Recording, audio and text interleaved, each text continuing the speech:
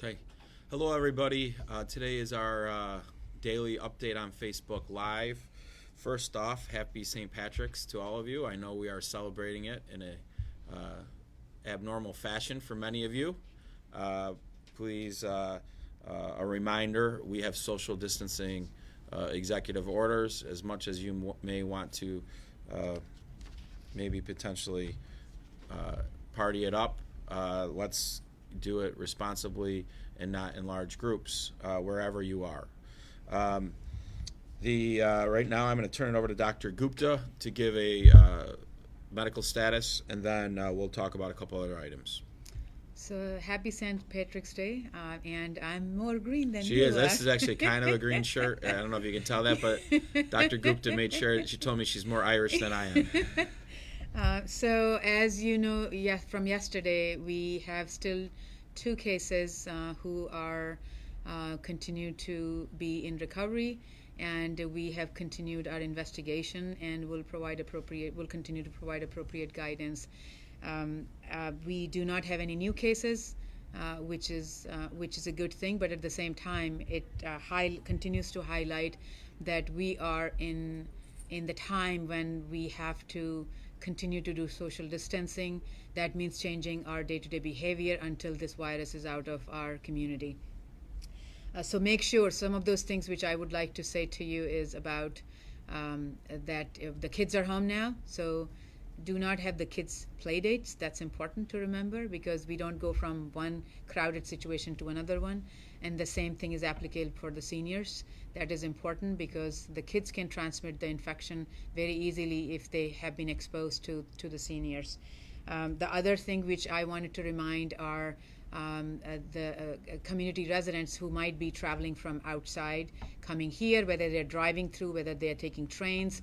I hope you took extra precautions. If you are looking at it and planning coming to the county, make sure you have the appropriate supplies of hand sanitizer and water and everything which you need for and appropriate sanitary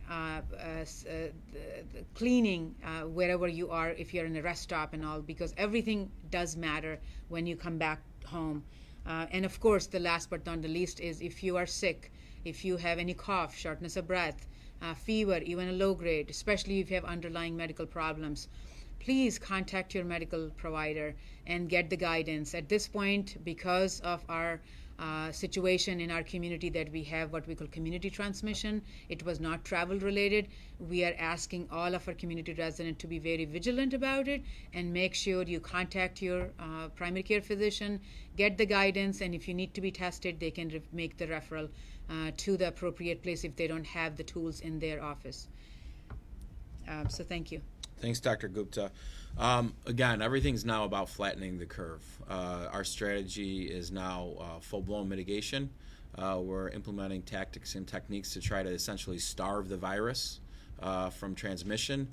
The virus wants to move from each of us to each of us. The more and more we can implement social distancing, that will help us starve the virus and give our medical teams and the community at large more time to figure out the best ways to treat the virus. A lot has happened.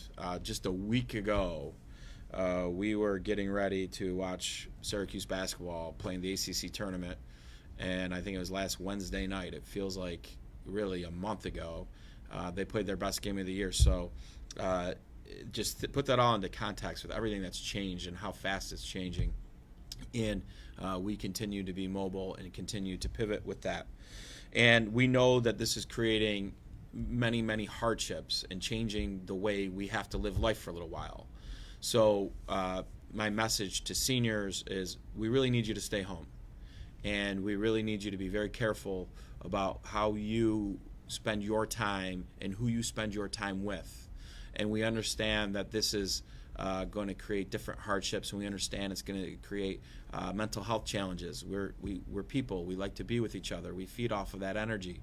But we're looking out for your needs. Again, Dr. Gupta just reiterated, all the kids are home. This isn't time for our teenagers to start hanging out with each other, 4, 5, 6, 7 in a basement. I know I have tweens.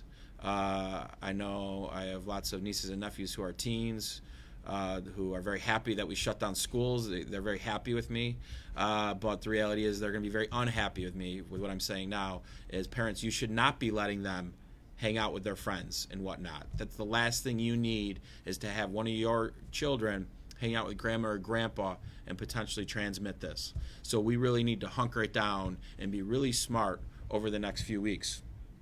Saying that, we take care of many of our seniors day in and day out with various programming, and that programming, the needs of that programming will continue to be met. On a daily basis, we work with our contractors like Meals and Wheels, and we serve our neediest adults in our community. We're now expanding that because we have many, many independent seniors now who never needed these services before, who are going to need our help. So we have a new assistance line that we created right here, our senior hotline, 315-218-1987. If you're a senior and you have not been able to get to the grocery store, you need meals, you need help, we want you to call that line. If you receive our traditional Meals on Wheels program, you're already on a list. You're going to continue to get that service. But these are people that are now newly impacted into this demographic. And we really need you to reach out to us so we can help you meet your needs and really continue to track the resources. Our Human Needs Task Force prepares for these challenges. And we have been meeting and coordinating on a daily basis relating to this. We're trying to identify what groups in our community will need help, and we continue to do that. And certainly, when it comes to volunteering, we continue to need your help. So, related to whether it's the food bank or the United Way, these groups are practicing social distancing. You shouldn't be scared to volunteer to help bag up some lunches for meals or whatnot. So certainly the food bank, we have our website here that you can reach out to. Many of you, the businesses are practicing social distancing. Some businesses cannot. Some businesses make the products we need to be in our supply chain to continue to be able to function as a society. But many businesses are allowing people to stay home. And if people are looking for volunteer opportunities, certainly our United Way and our food bank are good ones. As we know, we ordered a state of emergency in Onondaga County. When we did that, we activated the Emergency Operations Center. This is the first time that this has been fully activated since Y2K. Am I correct? Year 2000, remember that?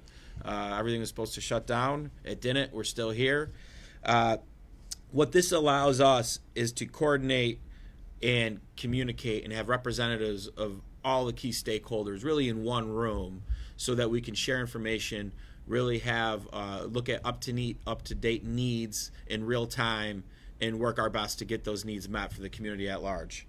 And really every decision that has been made in this last really 2 weeks is been about getting to this point in time where we're working to preserve that medical infrastructure so that our medical and healthcare professionals can do what they do best, and that's work to help our community through this pandemic. Saying that, we're at a position now where we really need the community to step up. We talked about yesterday how we're going to be tested in new ways now as a community. We have our first case. To a husband and a wife. Some people will be asked and we'll hear about that they know these people, and they'll be thinking about putting themselves in a self-quarantine. Our health department's doing an investigation, and they will let you know if they want you quarantined or not. But as this becomes real, it's not that you're putting yourself, there's not people in our community in a quarantine because of international travel. It's because we have a case. This is what tests us. This tests our mental health. We do not have community spread. Everything we're doing is to get in front of a community spread right now, and we really need to work together. We can't create situations of panic at the grocery stores, buying up all the supplies and materials. People hear about this, and then they rush out and buy everything, and then our supply chain gets impacted. We need to be smart. We're going to get through this together, and please continue to tune in here for our updates on a daily basis. Thank you.